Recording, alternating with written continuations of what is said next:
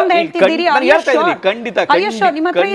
ಖಂಡಿತ ಅವರು ಯಾವ ರೀತಿ ಇಂಥದ್ದೇ ಬಡಾವಣೆಯಲ್ಲಿ ಬೇಕು ಅಂತೇಳಿ ಪತ್ರವನ್ನ ಬರೆದು ಅವರು ಆ ಬಡಾವಣೆಯ ಹೆಸರನ್ನ ಈಗ ವೈಟ್ನರ್ ಹಾಕಿ ನನಗೆ ಕೊಡ್ತಾರೆ RTI.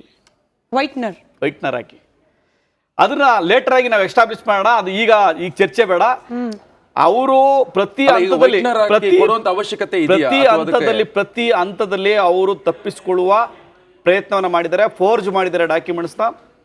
Definitely no doubt is cheating to the landlord and also government.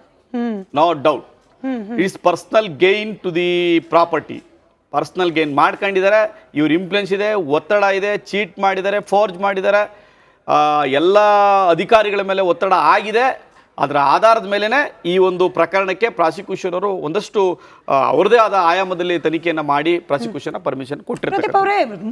ಉಪಮುಖ್ಯಮಂತ್ರಿಗಳಾಗಿದ್ದವರು ಆ ಸಂದರ್ಭದಲ್ಲಿ, ವಿರೋಧ ಪಕ್ಷದ ನಾಯಕರಾಗಿದ್ದವರು ಅಂತ ಸಂದರ್ಭದಲ್ಲಿ ಬೇಕಾದ್ರೆ ಬೆಂಗಳೂರಿನಲ್ಲೇ ಅದರ 100 ಪಟ್ಟು ಬೆಲೆ ಬಾಳೋ ಸೈಟ್ಗಳು ಸಿಕ್ತಿತ್ತು. ಆ ಕೆಸರೆ ಗ್ರಾಮದ ಸೈಟು, ವಿಜಯನಗರದ ಸೈಟು, ಇದ್ರ ಬಗ್ಗೆ ಅಷ್ಟೊಂದು ಆಸಕ್ತಿ ಯಾರಿಂದ ಪರ್ಚೇಸ್ ಮಾಡಿದ್ದಾರೆ ಅವರೇ, ಅವ್ರ ಮಗ ಅಲ್ಲ. ಅವರು ಪರ್ಚೇಸ್ ಮಾಡಿರೋರು ಒಬ್ಬರೇ. ಅವರು ಪರ್ಚೇಸ್ ಮಾಡಿರೋದು ಯಾರು ಪರ್ಚೇಸ್ ಮಾಡಿದಾರಲ್ಲ ಅದು ಕೂಡ wrong. That is also illegal.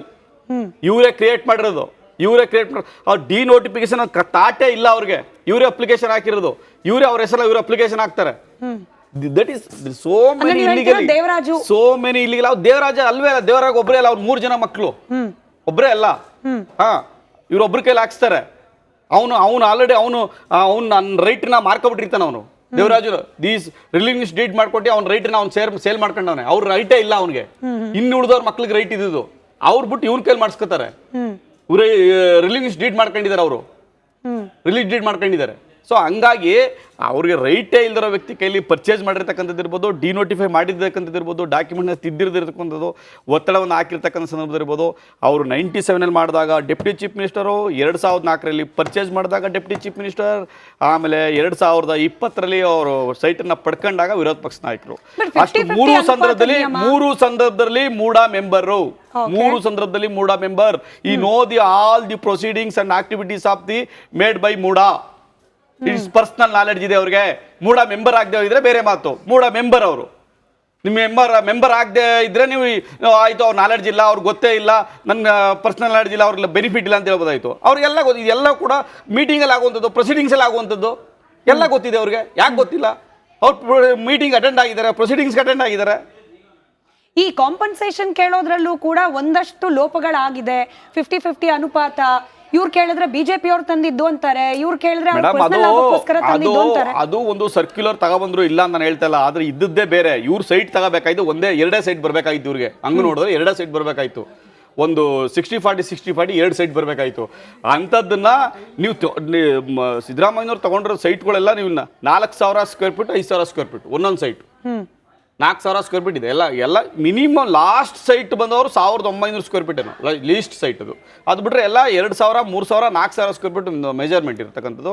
ಮತ್ತು ಅದು ವಿಜಯನಗರ ಎಕ್ಸ್ಟೆನ್ಷನ್. ಅದು ಇದರಲ್ಲಿ ಮೈಸೂರಿನಲ್ಲಿ ಪ್ರತಿಷ್ಠಿತ ಬಡಾವಣೆಗಳಲ್ಲಿ ವಿಜಯನಗರ ಅಂಥ ಬಡಾವಣೆಯಲ್ಲಿ ಇವು ಸೈಟ್ ತಗೋತಾರೆ. ಆಮೇಲೆ very very most important, corner site ಕೊಡಬಾರ್ದು ಅಂತಿದೆ. ಕಾರ್ನರ್ ಸೈಟ್ ಆಕ್ಷನ್ಗೆ ಹಾಕಬೇಕು ಅಂತಿದೆ. ಇಲ್ಲೂ ಇದೆ, ಅಲ್ಲೂ ಇದೆ, ಆಕ್ಟ್ ಇದೆ. ಕಾರ್ನರ್ ಸೈಟೇ ಆಗಿದೆ. ಅದಾದ್ಮೇಲೆ ಅದು ವೆರಿ ಸರ್ಪ್ರೈಸಿಂಗ್ಲಿ ಇವ್ರು ಯಾವ ಕೃಷಿ ಭೂಮಿನ ಪರ್ಚೇಸ್ ಮಾಡಿದೆ ಅಂತ ಹೇಳಲ್ಲ, ಅಷ್ಟೊತ್ತಿಗೆ ಆ ಜಮೀನು ಆಲ್ರೆಡಿ ಡೆವಲಪ್ಮೆಂಟ್ ಆಗಿ ಅದರಲ್ಲಿ 4 ಸೈಟು 2003 ಬೇರೆಯವ್ರಿಗೆ ಎಕ್ಸಿಕ್ಯೂಟ್ ಆಗಿ ಅವ್ರ ಪೊಸಿಷನ್ ಇದೆ. ಅಲ್ಲ, ಇಷ್ಟೆಲ್ಲ ಆದ್ಮೇಲೂ ಸಿಎಂ ಮೇಲೆ ಆರೋಪ ಕೇಳಿ ಬಂದಿತ್ತೆ. ಇಷ್ಟೆಲ್ಲ ಆದ್ಮೇಲೂ ನಿನ್ನೆ ಮತ್ತೆ ಸಚಿವ ಸಂಪುಟ ಸಭೆ ಮಾಡಿದ್ರು. ಒಪ್ಪಿತ ಇದೆಯಾ ನಿಯಮದಲ್ಲಿ? ನಾನು ಒಂದು ಹೇಳ್ತಕ್ಕಂಥದ್ದು, ಈ ಪ್ರಕರಣದಲ್ಲಿ ಆಯ್ತು ತಪ್ಪು ಅಥವಾ ಸರಿ ಎರಡೂ ಆಮೇಲೆ ನಿರ್ಧಾರ ಮಾಡೋಣ. ಇಲ್ಲಿ ತಪ್ಪು ಮಾಡಿದಾರಾ ಇಲ್ವ ಅನ್ನೋದ್ರ ಬಗ್ಗೆ ನಿರ್ಧಾರ ಆಗೋದು ಯಾವಾಗ? ಒಂದು ತನಿಖೆ ಆಗಬೇಕು. ಅದು ಎಲ್ಲಿಂದ ಆಗಬೇಕು?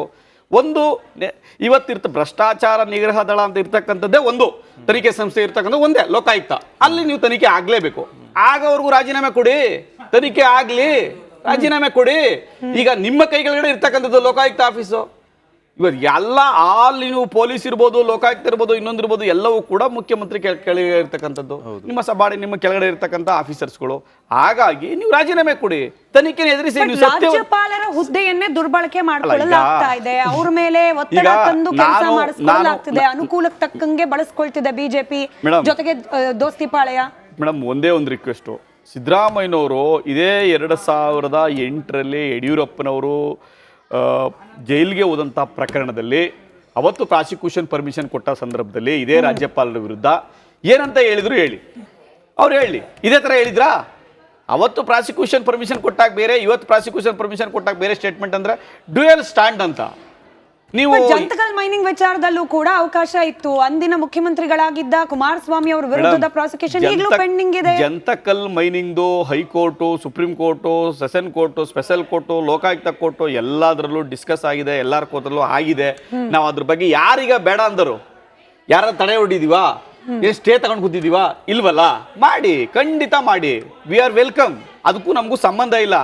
ಅದನ್ನು ಮಾಡಬೇಡ ಅಂತ ಯಾರು ಹೇಳಿದೆ, ಬೇರೆ ಯಾವುದೋ ಡಿಫೆನ್ಸ್ ತಗೊಳ್ಳೋದು ಬೇಡ, ಅದನ್ನು ಮಾಡಬೇಡಿ ಅಂತ ನಾನು ಯಾವತ್ತೂ ರಿಕ್ವೆಸ್ಟ್ ಮಾಡಲ್ಲ.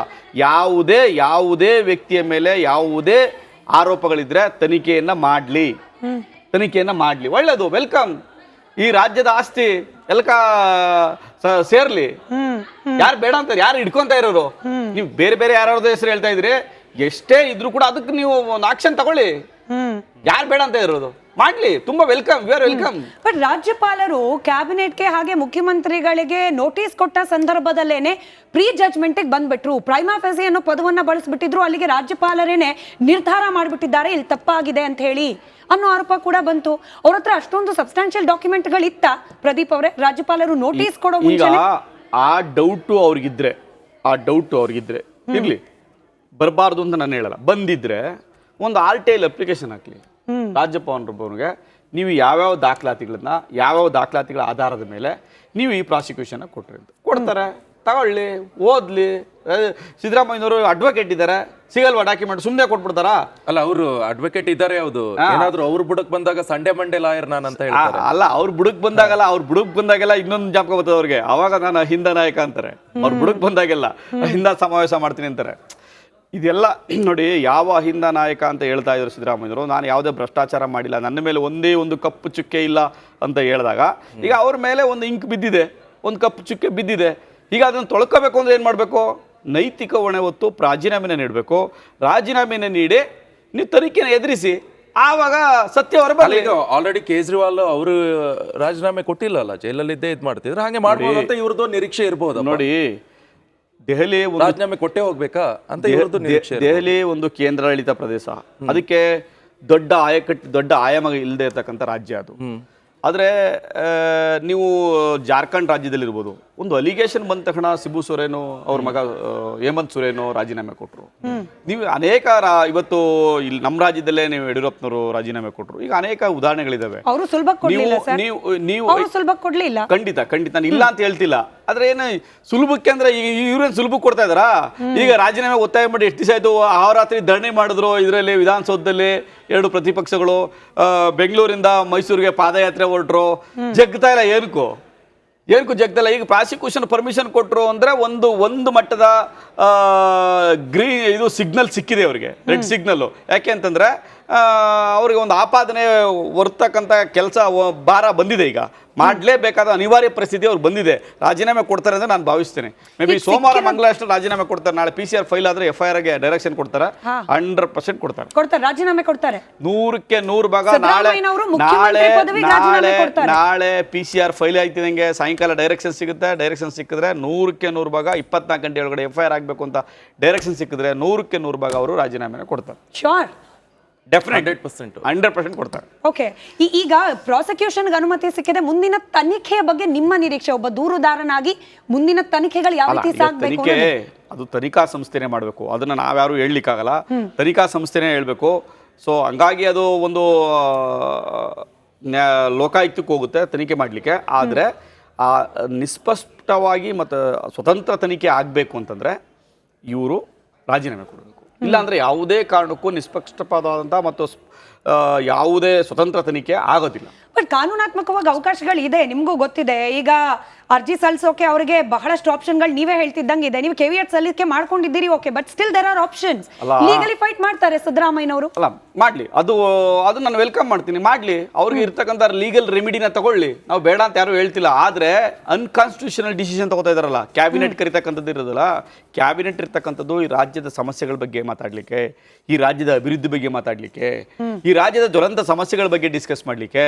ಆದ್ರೆ ಇವರು ವೈಯಕ್ತಿಕವಾಗಿ ಇವರ ಮೇಲೆ ಬಂದಿರತಕ್ಕಂಥ ಆಪಾದನೆ ಮೇಲೆ ಅವರ ಆಪಾದನೆ ತೊಳ್ಕೊಳ್ಳಿಕ್ಕೆ ಒಂದು ಕ್ಯಾಬಿನೆಟ್ನ ಮಿಸ್ಯೂಸ್ ಮಾಡ್ಕೊತಿದ್ದಾರಲ್ಲ, ಕ್ಯಾಬಿನೆಟ್ ಮೀಟಿಂಗ್ನ ಕರೀತಿದ್ದಾರಲ್ಲ, ಅದು ಅನ್ಕಾನ್ಸ್ಟಿಟ್ಯೂಷನಲ್. ಪ್ರದೀಪ್ ಜಿ, ನೀವು ಕೂಡ ಕಾನೂನನ್ನ ತಿಳ್ಕೊಂಡವರು, ಹೀಗಾಗಿ ಕೇಳ್ತೀನಿ, ಪೊಲಿಟಿಕಲಿ ಪ್ರೆಷರ್ ಹೌದು, ನೈತಿಕವಾಗಿ ಹೌದು, ರಾಜೀನಾಮೆ ಕೊಡಬೇಕು, ಮುಂದುವರಿಬಾರ್ದು, ತನಿಖೆ ಪ್ರಾರಂಭವಾದ್ಮೇಲೆ. ಬಟ್ ಕಾನೂನಾತ್ಮಕವಾಗಿ ಕಂಪಲ್ಷನ್ ಇದೆ, ಮುಖ್ಯಮಂತ್ರಿ ಪದವಿಗೆ ರಾಜೀನಾಮೆ ಕೊಟ್ಟು ಬಿಟ್ಟೇನೆ ತನಿಖೆಯನ್ನ ಎದುರಿಸಬೇಕು ಅಂತ ಹೇಳಿ ಲೀಗಲಿ ಎಲ್ಲಿದೆ ಅಂತ ಹೇಳಿ. ಲೀಗಲಿ ಇಲ್ಲ, ಕರೆಕ್ಟು. ಆದರೆ ನೀವು ಒಬ್ಬ ಮುಖ್ಯಮಂತ್ರಿಯ ಕೆಳಗಡೆ ಬರ್ತಕ್ಕಂಥ ಎಲ್ಲ ಅಧಿಕಾರಿಗಳನ್ನ ಕುಣಿಸಿ ನೀವು ಯಾವ ರೀತಿ ಎನ್ಕ್ವೈರಿ ಮಾಡ್ತಾರೆ? ಒಬ್ಬ ಎನ್ಕ್ವೈರಿ ಆಫೀಸರ್ಗೆ ತರೋಲಿ ಇನ್ವೆಸ್ಟಿಗೇಷನ್ ಮಾಡಬೇಕು ಅಂದ್ರೆ ಅರ್ಧೇ ಆದರ ಒಂದು ಇನ್ವೆಸ್ಟಿಗೇಷನ್ ಪ್ರೋಸೆಸ್ ಇದೆ. ಆ ಪ್ರೋಸೆಸ್ನ ಮಾಡಲಿಕ್ಕೆ ಅವನಿಗೆ ಸ್ವತಂತ್ರ ಇರ್ತದಾ? ಅವನಿಗೆ ಆ ಗಡ್ಸ್ ಬರುತ್ತಾ ಈ ಮುಖ್ಯಮಂತ್ರಿಗಳನ್ನ ಮಾಡ್ಲಿಕ್ಕೆ? ಸಾಧ್ಯ ಇಲ್ಲ. ಆದ್ರೆ ಅವ್ರ ಅಧಿಕಾರದಿಂದ ಹೇಳಿದ್ರೆ ಎಲ್ಲ ಸಾಧ್ಯತೆಗಳು ಇದೆ ಅವರಿಗೆ. ಈಗ ಟಿ ಜೆ ಅಬ್ರಹಂ ಅವರು ಹಿಂದೆ ಯಡಿಯೂರಪ್ಪನವ್ರ ಪ್ರಕರಣದಲ್ಲಿ ನೀವು ಗಮನಿಸಿದ್ರಿ ಏನಾಯ್ತು ಅಂತ ಹೇಳಿ. ಈ ಕಾನೂನಾತ್ಮಕವಾಗಿರೋ ಆಯ್ಕೆಗಳನ್ನ ನಾವು ಗಮನಿಸಿದ್ರೆ ಪ್ರಾಸಿಕ್ಯೂಷನ್ ಅನುಮತಿ ನೀಡಿದನ್ನೇ ರದ್ದು ಮಾಡಿ ಅಂತ ಹೇಳಿ ಅರ್ಜಿ ಸಲ್ಲಿಸಲಿಕ್ಕೆ ಅವಕಾಶ ಇದೆ ಸಿದ್ದರಾಮಯ್ಯನವರಿಗೆ. ಅಲ್ಲ, ರದ್ದು ಮಾಡ್ಲಿ ಅಂತ ಅಲ್ಲಿ ಏನಾಯ್ತು, ಹಿಂದೆ ಯಡಿಯೂರಪ್ಪನವ್ರ ಕೇಸಲ್ಲಿ ಕೂಡ ಅವ್ರು ಹೋಗಿದ್ರು, ಹೈಕೋರ್ಟ್ಗೆ ಹೋಗಿದ್ರು, ಹೈಕೋರ್ಟ್ ರದ್ದು ಮಾಡಿತ್ತು. ಸಿಂಗಲ್ ಜಡ್ಜು ಡಬಲ್ ಜಡ್ಜ್ಗೆ ಹೋದ್ರು, ಡಬಲ್ ಜಡ್ಜ್ ಸಿಂಗಲ್ ಜಡ್ಜ್ ಮಾಡೋದನ್ನ ಕ್ವಾಶ್ ಮಾಡಿ ಪರ್ಮಿಷನ್ ಕೊಟ್ಟರು. ಸೊ ಅದಿದೆ ಕಾನೂನಲ್ಲಿ. ಹೀಗೆ ಆಗುತ್ತೆ ಅಂತ ಹೇಳಕ್ಕಾಗಲ್ಲ ಮೇಡಮ್. ಅದು ನಾವು ಕೊಡ್ತಕ್ಕಂಥ ಡಾಕ್ಯುಮೆಂಟ್ಸು, ನಾವು ಮಾಡ್ತಕ್ಕಂಥ ಆರ್ಗ್ಯುಮೆಂಟು, ನಾವು ಏನು ಎಸ್ಟಾಬ್ಲಿಷ್ಮೆಂಟ್ ಮಾಡ್ತೀವಿ ಕೋರ್ಟ್ ಮುಂದೆ, ಯಾವ್ಯಾವ ದಾಖಲಾತಿಗಳನ್ನ ಇಡ್ತೀವಿ ಅದ್ರ ಮೇಲೆ. ಆದ್ರೆ ಸುಪ್ರೀಂ ಕೋರ್ಟ್ ಹಲವಾರು ಪ್ರಕರಣಗಳಲ್ಲಿ ಹೇಳಿದೆ, ಇನ್ವೆಸ್ಟಿಗೇಷನ್ ಮಾಡಲಿಕ್ಕೆ ಯಾವತ್ತೂ ತಡೆ ಹೊಡಬೇಡಿ. ಪ್ರೈಮಾಪೇಸಿ ಪ್ರೂವ್ ಆದಮೇಲೆ, ಪ್ರೈಮಾಪೇಸಿ ಕಂಡು ಬಂದ ಮೇಲೆ ನೀವು ಇನ್ವೆಸ್ಟಿಗೇಷನ್ ಮಾಡ್ತಾ ಇದ್ರಲ್ಲಿ ಸತ್ಯಾಸತ್ಯ ಹೆಂಗೆ ಗೊತ್ತಾಗುತ್ತೆ? ಈಗ ನಾನು ಹೇಳ್ತಾ ಇದ್ದೀನಿ, ನಾನು ಜಸ್ಟ್ ಆಪಾದನೆ ಮಾಡ್ತಾ ಇದ್ದೀನಿ. ಈಗ ತಪ್ಪು ಮಾಡಿದ್ದಾರೆ, ತಪ್ಪಾಗಿದೆ, ಇಲ್ಲಿ ಮೋಸ ಮಾಡಿದ್ದಾರೆ, ಚೀಟ್ ಮಾಡಿದ್ದಾರೆ, ಒತ್ತಡ ಹಾಕಿದ್ದಾರೆ, ಪರ್ಸನಲ್ ಗೇನ್ ಆಗಿದೆ, ಇದೆಲ್ಲ ನನ್ನ ಆಪಾದನೆಗಳು. ಆ ಆಪಾದನೆಗಳಿಗೆ ಒಂದು ಪುಷ್ಟಿ ಸಿಗಬೇಕು, ಆ ಸತ್ಯ ಹೊರಗಡೆ ಬರಬೇಕು ಅಂದ್ರೆ ಎನ್ಕ್ವೈರಿ ಆಗ್ಲೇಬೇಕು, ಇನ್ವೆಸ್ಟಿಗೇಷನ್ ಆಗ್ಲೇಬೇಕು. ಆ ಇನ್ವೆಸ್ಟಿಗೇಷನ್ ಆದ ಸಂದರ್ಭದಲ್ಲಿ ನೀವು ಮಾಡ್ತಿರುವ ಆರೋಪಗಳನ್ನ ಸಾಬೀತುಪಡಿಸಲಿಕ್ಕೆ ಬೇಕಾದ ಪೂರಕ ದಾಖಲಾತಿಗಳು ತಮ್ಮ ಹತ್ರ ಇದೆಯೋ? ಅಲ್ಲ, ಅದು ನನ್ನ ಕೈಲಿ ಏನು ಬೇಕಾಗಿಲ್ಲ. ನಾನು ಕೋರ್ಟ್ಗೆ ಅಷ್ಟೇ ಹೇಳಲಿಕ್ಕೆ ಸಾಧ್ಯ. ಕೋರ್ಟ್ಗೆ ನೀವು FIR ಮಾಡಲಿಕ್ಕೆ, ಇನ್ವೆಸ್ಟಿಗೇಷನ್ ಮಾಡಲಿಕ್ಕೆ ಆದೇಶ ಮಾಡಿ ಅಂತ ಹೇಳಿಕ್ ಮಾತ್ರ. ಆ ದಾಖಲಾತಿಗಳನ್ನ ಇಟ್ಕೊಂಡು ಏನು ಮಾಡಲ್ಲ, ಅವರೇ ಇನ್ವೆಸ್ಟಿಗೇಷನ್ ಮಾಡ್ತಾರೆ, ಅವರೇ ಆ ಡಾಕ್ಯುಮೆಂಟ್ಸ್, ಎಲ್ಲ ಡಾಕ್ಯುಮೆಂಟ್ಸ್ನ ನಾವು ಕೊಟ್ಟ ಡಾಕ್ಯುಮೆಂಟ್ಸ್ನ ಆಧಾರದ ಮೇಲೆ ಅವರು ಇನ್ವೆಸ್ಟಿಗೇಷನ್ಲಿ ಎಲ್ಲ ದಾಖಲಾತಿಗಳನ್ನ ಕೇಳಲಿಕ್ಕೆ, ಪಡ್ಕೊಳ್ಳಿಕ್ಕೆ, ತನಿಖೆ ಮಾಡಲಿಕ್ಕೆ ಅವಕಾಶ ಇದೆ. ಮಾಡೇ ಮಾಡ್ತಾರೆ. ಇನ್ವೆಸ್ಟಿಗೇಷನ್ ಆಫೀಸರ್ಗೆ ಎಲ್ಲ ಪವರ್ ಇದೆ, ಎಲ್ಲ ಡಾಕ್ಯುಮೆಂಟ್ನ ಕಾಲ್ಫಾರ್ ಮಾಡ್ಲಿಕ್ಕೆ ಅವಕಾಶ ಇದೆ. ಆ ಡಾಕ್ಯುಮೆಂಟ್ಸ್ ನನ್ನ ಹತ್ರ ಏನಿದೆ ಅದೆಲ್ಲ ಡಾಕ್ಯುಮೆಂಟ್ಸ್ ಮೂಲದಲ್ಲಿ ಇದೆ. ಸರಿ ಪ್ರದೀಪ್ ಅವರು, ಚಿಕ್ಕ ಬ್ರೇಕ್ ಹೋಗೋ ಸಮಯ. ಬ್ರೇಕಿಂದ ಬಂದ ಮೇಲೆ ಈ ವಿಚಾರವನ್ನ, ಅಂದ್ರೆ ರಾಜ್ಯಪಾಲರು ಪ್ರಾಸಿಕ್ಯೂಷನ್ಗೆ ಅನುಮತಿ ನೀಡಿರುವ ವಿಚಾರವನ್ನ ಮುಂದಿಟ್ಕೊಂಡು ಇದೀಗ ಅಹಿಂದ ಹಾಗೆ ಕುರುಬ ಸಮುದಾಯ ಪ್ರತಿಭಟನೆಯ ಹಾದಿಯನ್ನ ಹಿಡಿದಿದೆ.